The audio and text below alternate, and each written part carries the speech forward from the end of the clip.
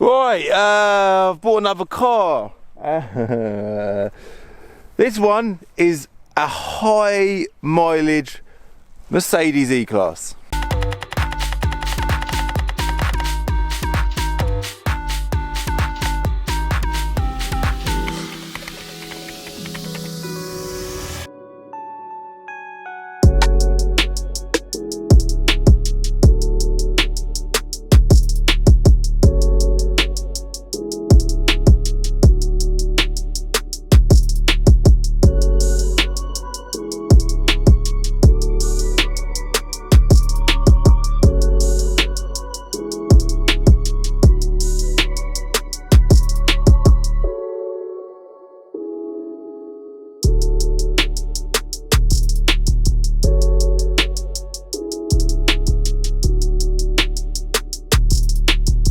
So for those that follow me on Instagram, you would have already seen this on my Insta story probably a week or so ago. And when I posted my story, so many people messaged me and was like, Calvin, can you please do a video on this car? Now, I can't see why.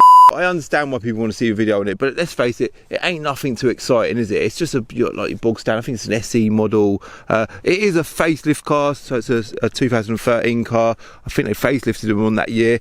It's quite a nice car, don't get me wrong. I'll get onto the mileage in a second. Again, those that follow me on Instagram would already know what the mileage is on this car. As you come around the back, you can see that the facelifts have got very similar looking back end to the pre-facelifts, so not a lot of changes there. It is a CDI, which means it's got a diesel engine under the bonnet, and it's an E220. So E stands for E-Class, the 220 stands for 2.2 diesel. So I think it's got about 12 or 13 brake horsepower. It feels like that anyway. But visually, it looks like an Uber, like an XL, whatever they're called, like a posh Uber. Don't look like nothing to it. No, I keep being harsh. It does look quite classy, but it ain't nothing quite as exciting as I usually have on my channel. So got the diamond cut wheels, they're quite a nice option. Leather interior, but let's get on to like the key point here, the mileage. Right, you ready for this? 3, 2, 1. I'll let you read that. Yep, guys, that says 183,000 miles. So let me just flip the camera around. 180,000 miles. So what happened is this car's had 2 owners. It actually wasn't an Uber, by the way, so a lot of people can think it's obviously a taxi. It weren't a taxi. I think the fella that it came from, so I didn't actually deal with buying this car. It came through our shop at Poplar's Garden Centre. My brother Leon dealt with a guy that sold it to us, and he owned it for a couple of years. And he's just like a sales rep, and he drove a lot of miles, like journeys often to Scotland as an example, right? And when he bought it, it had done 40,000 miles. I think it was a 2 or 3 years old when he bought it. Let's work out, do the maths. And he's done about 40,000 miles a year in it. So it's a lot of miles for a 63 plate car or a 6-7 year old car. It's a hell of a lot of miles. So, but do you know what? The reason why I wanted to do this video, so although yes, like this ain't too exciting, it's a 220 diesel. It's not got no power. It's very different to the usual car that I get on my channel, but you know, I'm a car trader. This is the sort of stuff I buy, and it's good to introduce people to all sorts of cars, and specifically different types of cars, because you're probably thinking, well, if you're a car trader, why on earth would you buy a car with 180,000 miles? And that's pretty much what this video is going to be about, because I actually quite like high mileage cars, and the simple reason for that is because I think they offer unbelievably good value for money. So what we're going to do is let me quickly show you inside. Look how tidy it is in there, by the way. Nice clean steering wheel. I did actually give it a clean. Again, if you follow me on Instagram, you'll know that I've got this little pet hate with every car that I get into. I like to give it a clean up with my baby wipes that I keep in my camera bag, because I just don't like touching other people's. That's really odd, I know, but germs, you know, it's not even germs. I don't know what it is. Clean steering wheel anyway. The whole interior is fresh, you know, no marks in here at all really. The bolster on the driver's seat, I'll just show you that. Look, it's all nice in there, nice and clean, not too much wear. I've got Kai's seat in the back there, so I will be doing a school run in this car today. But it's a nice car, and you would not think it's done 180,000 miles. So yeah, what I'll do is I'm just about to go to work. I'm gonna get the camera set up in the window. We'll get on my journey, and I'll talk to you about my high mileage E-Class, all right? See you in a bit. Right, so Mercedes E-Class, currently driving down the road in this fine autumn day in a sensible car, and I'm not expecting massive amount of views on this car. I expect, like, or on this video even, I expect like the hardcore CCD fans to be here watching this, and I do know that a lot of people love to see the whole car trade stuff, and ultimately that's how my channel started. It ain't all Calvin doing big projects, it is also Calvin being a car trader. So yeah, it's a relevant thing to get on my channel. Now, when I started car trading, I say me and my brother Leon, when we started car trading, obviously we had a passion for cars, but ultimately our biggest thing that we love more than anything, more than cars, is a bargain, yeah?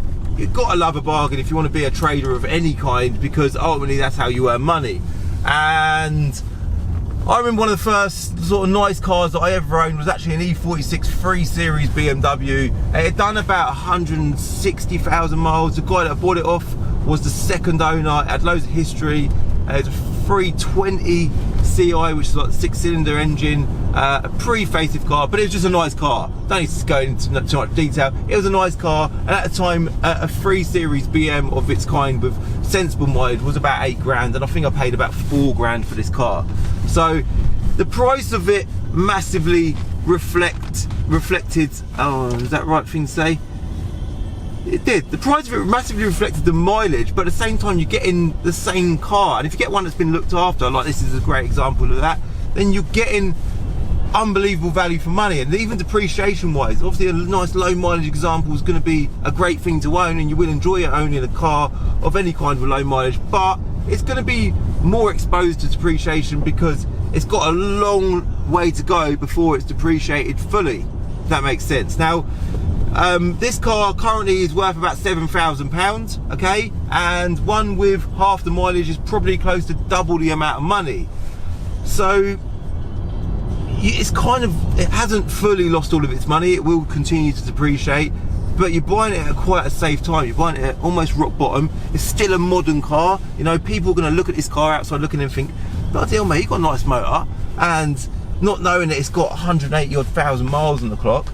And it does. It's a nice car. It ticks a lot of boxes, and visually, internally, and overall, it's still a bloody nice car. Now, from a car trading point of view, high mileage. I've got the radio on, haven't I? Let me turn that down so it's not disturbing us, guys. Sorry if that was annoying for the first section of this nonsense talk, but yeah, from a car trading point of view, high mileage cars are a little bit of a problem. I say problem, but there are less buyers for high mileage cars because, like, we offer finance, right?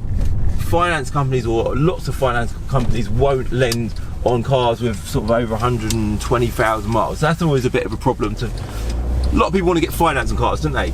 And a lot of people also mentally, I mentioned this in one of the E46 M3 videos recently, a lot of people mentally have this thing where they're like, oh, it's done over 100,000 miles, it's not got long left.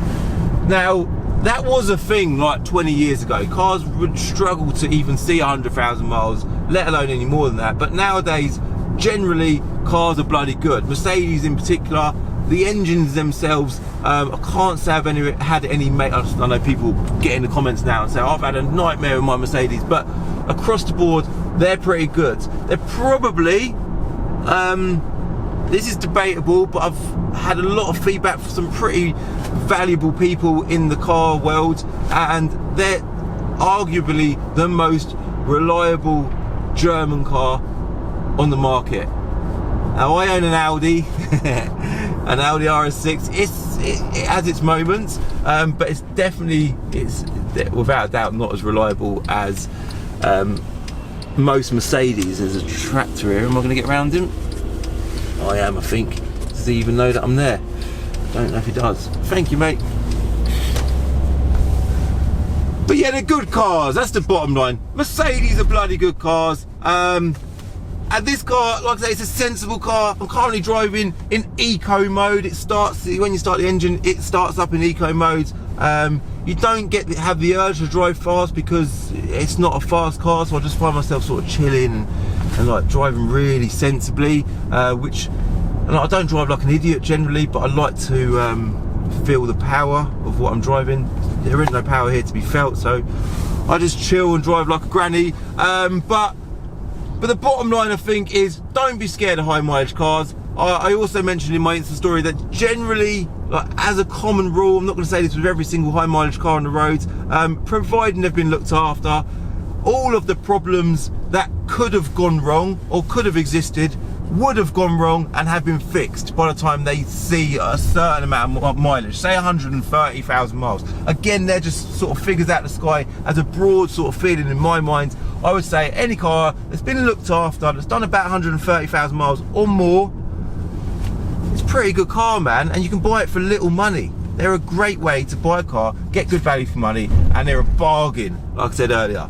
I love a bargain, most people love a bargain, and I think they're a good thing to buy. So that is why, even now, I'm actively looking at buying high mileage cars that are tidy, well looked after, because, you know, I see value in them, and when I put this car up for sale, which is going to happen immediately right now, lots of people on the car market, Auto Trader, eBay and so on, will see a lot of value in it. So yeah, man, that is exactly why I wanted to get this car. Two reasons: one, some of you wanted to see this car on my channel, and two, it's a valuable bit of knowledge for lots of people, I think.